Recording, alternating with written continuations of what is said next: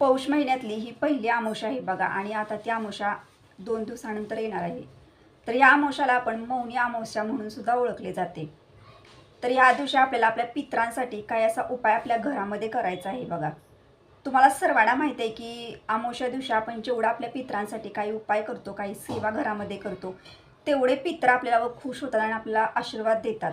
आणि ज्या वेळेला पित्र आपल्याला खुश होतात, आपल्याला आशीर्वाद देतात, प्रत्येक कामात आपल्याला यश येत जाते.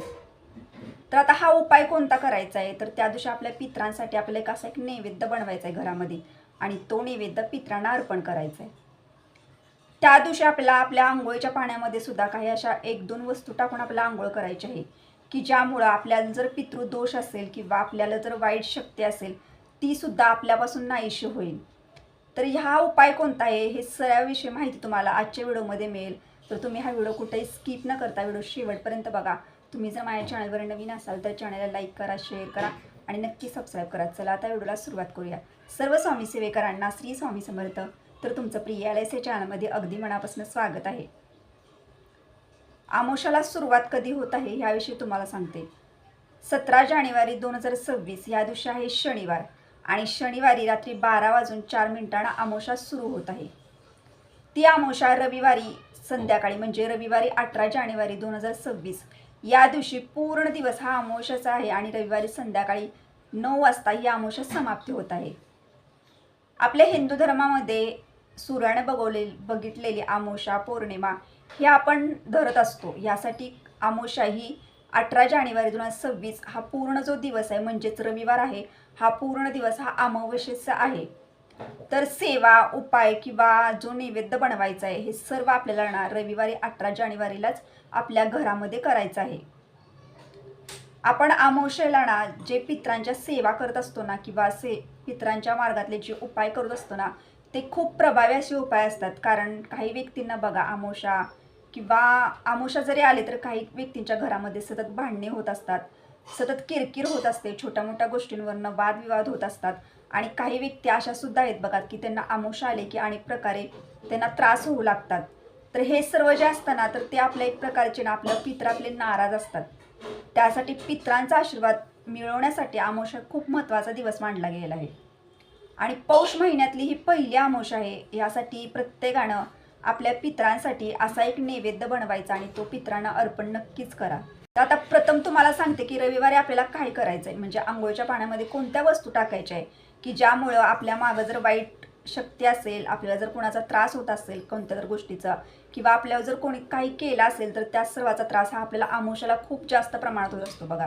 यासाठीच आपल्यातून नकारात्मकता दूर व्हावी, आपल्याला वाईट बाधा होऊ नये किंवा अमावस्याला आपल्याला कोणत्याही प्रकारचा त्रास होऊ नये यासाठी आपल्या आंघोळीच्या पाण्यामध्ये आपल्याला ह्या वस्तू टाकून अमावस्याला आंघोळ करायची आहे. तुम्हाला एक सांगते की अमावस्या दिवशी जेवढं तुम्ही पवित्र गंगा नदीमध्ये स्नान करणार तेवढं तुम्हाला तीर्थक्षेत्रामध्ये स्नान केल्याचं पुण्य मिळत असतं.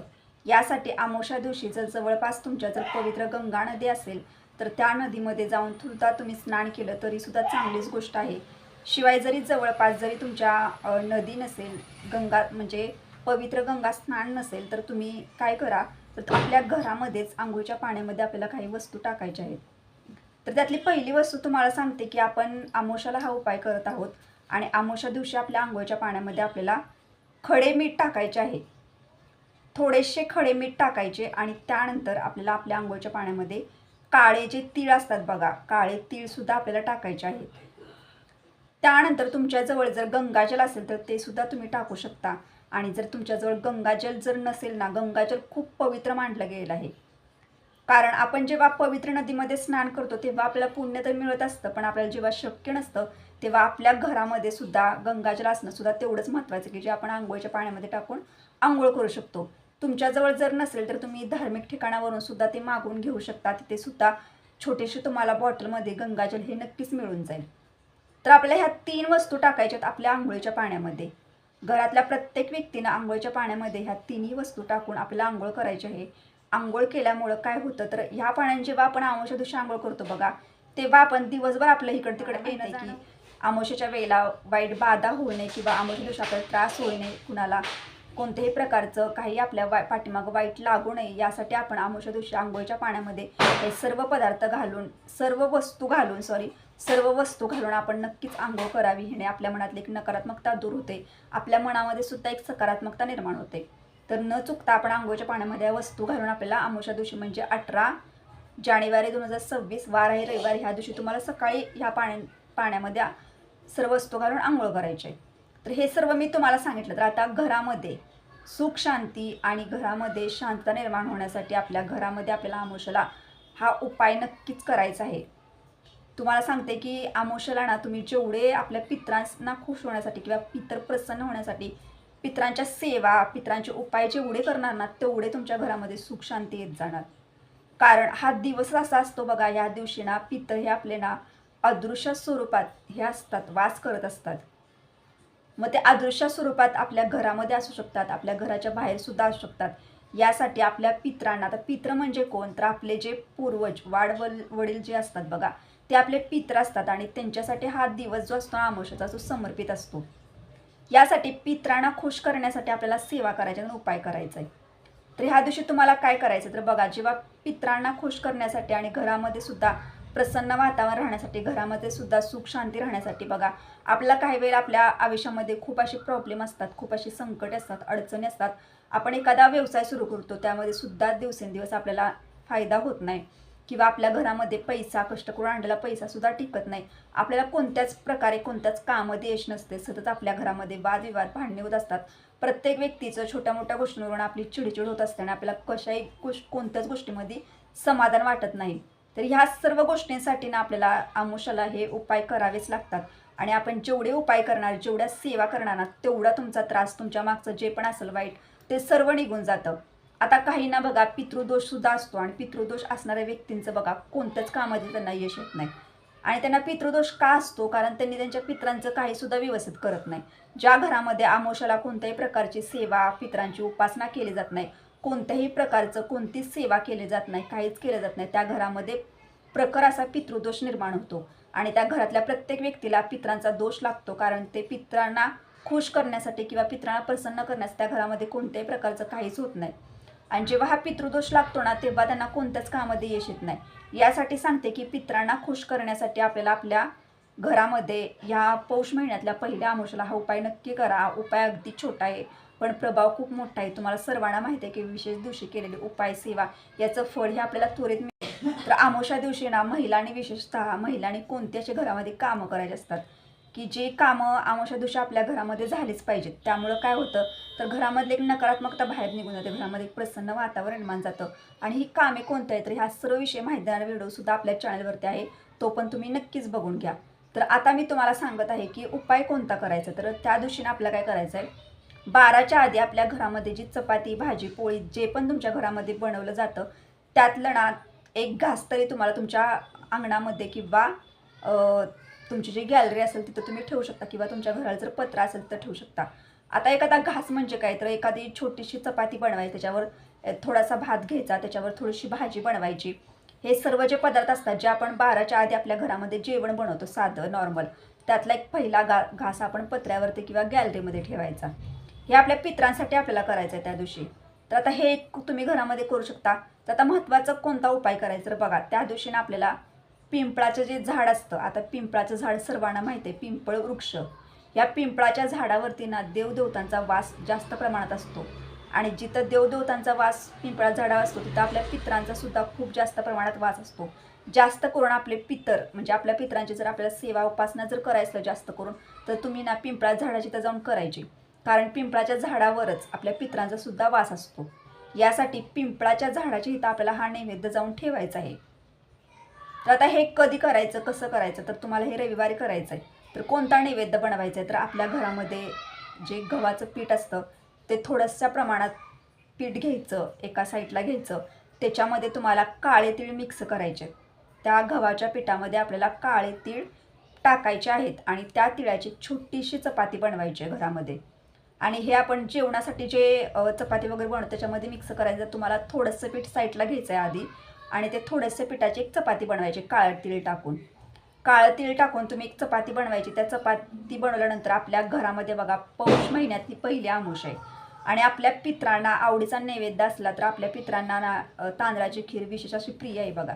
तर ह्यासाठी जेव्हा आपण पितरांची कोणती जरी घरामध्ये विधी करत असतो किंवा आपल्या घरामध्ये श्राद्ध करत असतो बघा पितरांसाठी, तर त्या पितरांच्या नैवेद्यामध्ये ना तुम्ही तांदळाची खीर विशेषतः घेत जावा.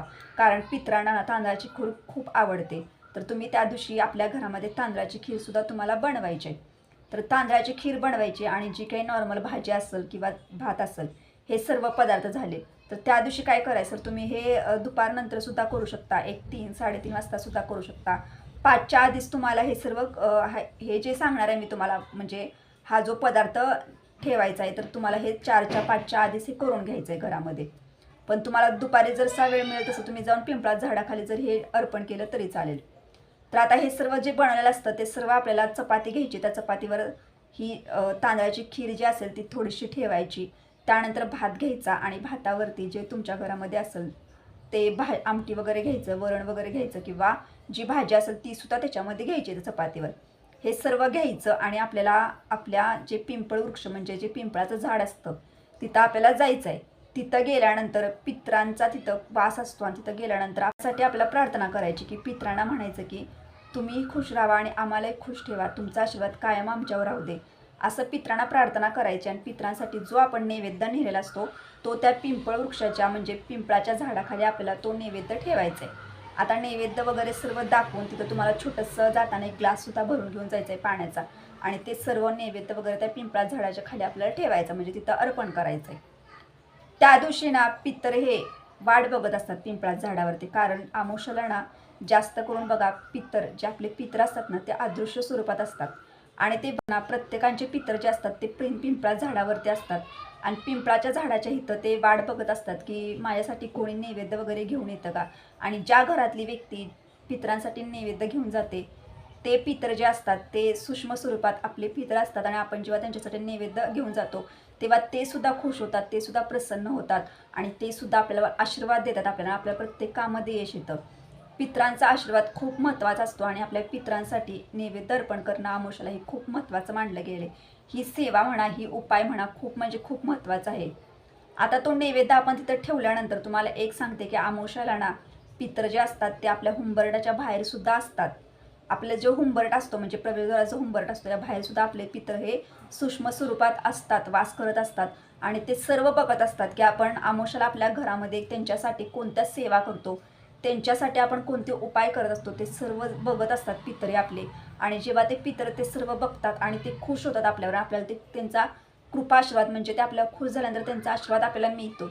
आणि ज्या कुटुंबावर पितरांचा आशीर्वाद असतो, ज्या कुटुंबातील पितर हे खुश असतात, त्या प्रत्येक व्यक्तीला यश येतं आणि त्या घरातले सुख समाधान येतं. त्या घराच्या प्रत्येक कामामध्ये प्रत्येक व्यक्तीला यश येत असतं. त्या कुटुंबाची भरभराटी होते, त्या कुटुंबामध्ये आलेला पैसा टिकून राहतो आणि त्या घरामध्ये एक सुख शांती निर्माण होत असते. तर आमोशाला ना आपल्या पितरांच्या मार्गातले म्हणजे पितरांसाठी ना तुम्ही खूप अशा सेवा उपाय सांगितलेले आहेत. त्यातली तुम्हाला जी शक्य होईल ना ती सेवा किंवा तो उपाय नक्कीच घरामध्ये करा. कारण आपल्याला तुम्हाला एक सांगते की जेव्हा आपण आपल्या देवांचं सुद्धा करतो, तुम्ही देवांचं जास्त प्रमाणात करा. तर तुमच्यावर जर पितरच जर खुश नसतील ना तर तुम्ही तर आपल्यावर खुश होतात, तेव्हा आपले देवसुद्धा आपल्यावर खुश होतात, आपले स्वामीसुद्धा आपल्यावर खुश होतात. यासाठी पितरांचा आशीर्वाद मिळवण्यासाठी आमोशा दिवशी हे उपाय करा.